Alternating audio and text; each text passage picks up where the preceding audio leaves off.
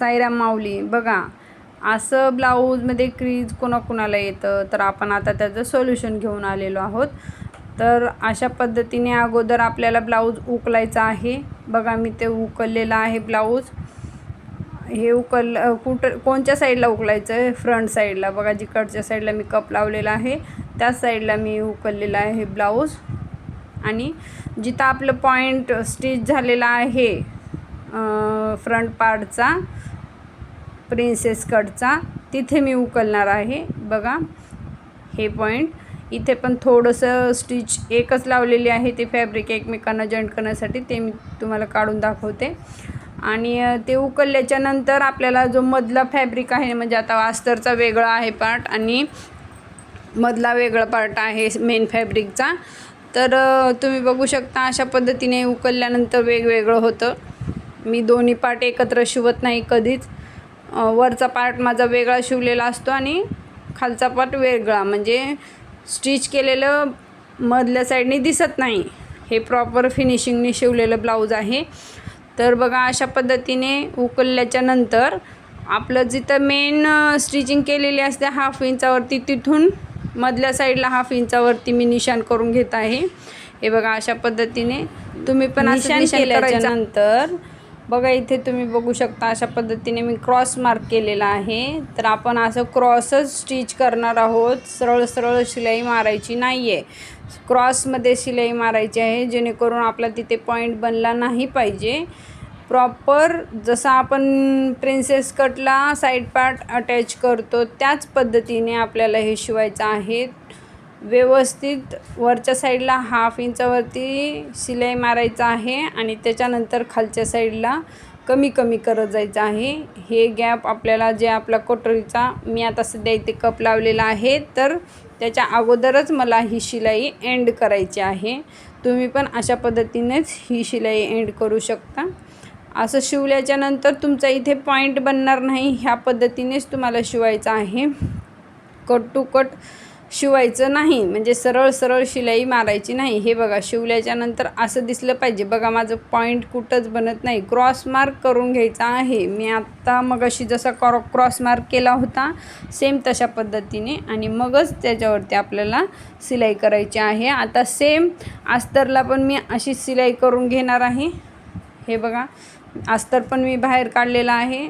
आता मी अर्धा इंचावरती पहिलं शिलाई मारलेलं आहे. त्यानंतर आता परत मी 1/2 इंचावरती वरच्या साईडला माझं जिथं क्रीज येत आहे तिथे मार्क करून घेत आहे.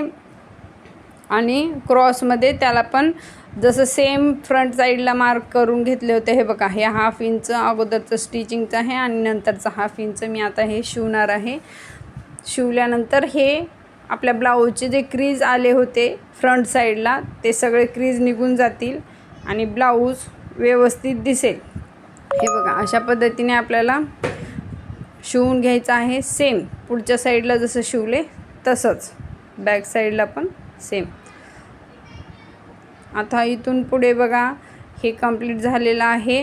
हे बघा अस्तर पण माझं सेमच शिवून झालेलं आहे. इथे पण कुठं पॉईंट वगैरे बनलेला नाही. अशा पद्धतीने तुम्ही पण शिवा, म्हणजे तुमचा पण पॉईंट बनणार नाही. आणि आपल्या ज्या ब्लाऊजमध्ये क्रीज आलेल्या आहेत त्या पण निघून जातील. आता हा जो खोललेला कपडा आहे तो परत स्टिच करायचा आहे. आपलं पुढचं सगळं शिवून झाल्याच्या नंतर परत याला प्रॉपर जसं पहिलं होतं तसं आपल्याला स्टिच करायचं आहे. तुम्ही बघू शकता हे बघा जे शिवलेला कपडा आहे तो सगळा मध्ये जाणार आहे आणि वरच्या साईडला पण काही दिसणार नाही. अगोदर मी इथे प्रॉपर हे चेक करणार आहे की बरोबर बसतं आहे की नाही. तुम्ही पण अशाच पद्धतीने हे बघा बघून त्यानंतर स्टिच करायचं आहे. जिथंपर्यंत मी शिलाई उकललेली आहे तिथून परत स्टिच करायला घेत आहे आणि हे शिवून घ्यायचं आहे. बघा अशा पद्धतीने प्रॉपर व्यवस्थित जसं पहिलं होतं तसं शिवायचं आहे. थोडासा आपण जिथे आत्ता कमी केलेला आहे कपडा 1/2 इंच शिवून, तिथे थोडासा कमी झालेला असणार कपडा, तर तो आपण आपल्या शिलाईमध्ये ॲडजस्ट करून घ्यायचा आहे, जेणेकरून आपल्या ब्लाऊजमधले सगळे क्रीज निघून जातील. अशा पद्धतीने तुम्ही पण कंप्लीट करून घ्या. आता बघा हे कंप्लीट झालेलं आहे शिवून. तर आपला कपडा कसा बाहेर आलेला आहे बघा. हां आणि खालचा कपडा मध्ये गेलेला आहे जिथे आपण शिलाई मारलेली आहे. आता आपण शिवून कमी केलं तर तो कमीच होणार कपडा. मग त्याला ॲडजस्ट कसं करायचं, शिवताना व्यवस्थित हे बघा अशा पद्धतीने शिवायला घ्यायचं. खालच्या साईडने मी स्टिच करत आहे.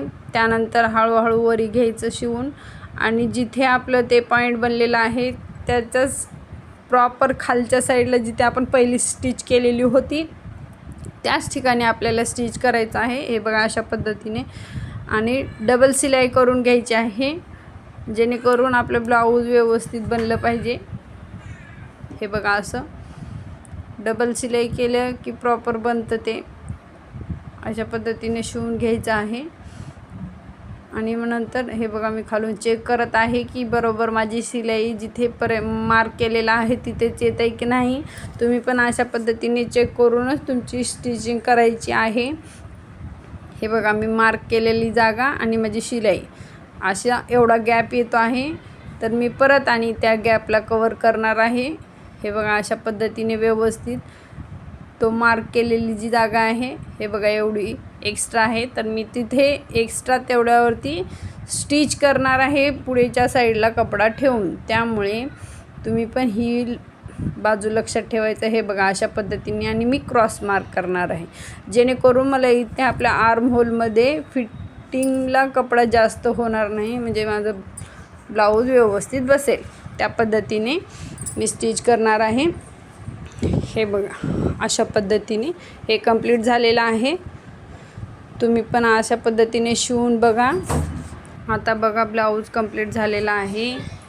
हे शिवून असं दिसतं, थोडासा कपडा बाहेर आणि बघा ह्याची सगळी क्रीज गेलेली आहे. हे प्रॉपर सेट झालेलं आहे. तुम्ही पण अशा पद्धतीने शिवू बघा. हे बघा असं फिनिशिंग होईल. चला धन्यवाद.